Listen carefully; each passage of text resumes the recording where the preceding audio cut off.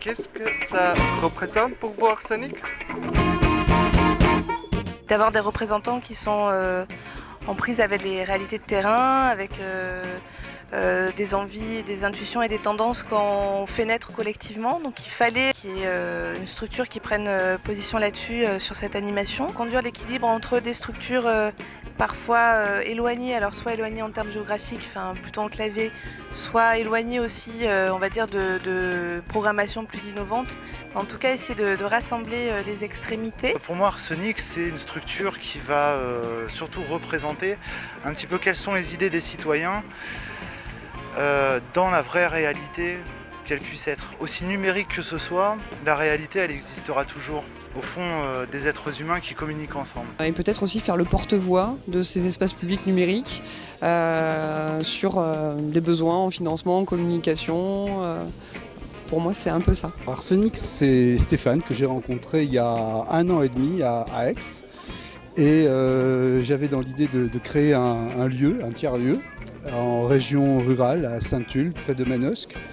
Et j'espère que Arsenic PACA va m'aider à finaliser la réalisation de ce tiers-lieu. Arsenic, pour moi, c'est une espèce de nœud de réseau qui accompagne les ERIC, donc les espaces régionaux Internet citoyens, notamment les animateurs pour les mettre en lien, les informer sur des questions d'innovation, de médiation numérique, pour les ouvrir un peu à d'autres choses. Et c'est d'ailleurs aussi du coup l'objet de Réunique qui se passe en ce moment même.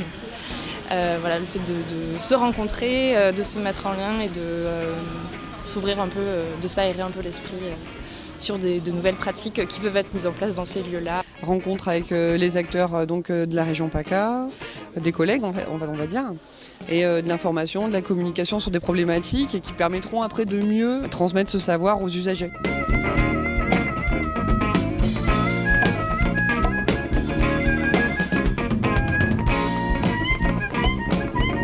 Je me rends compte que les choses saines dans la vie passent aussi par Internet. Beaucoup de gens peuvent critiquer, etc.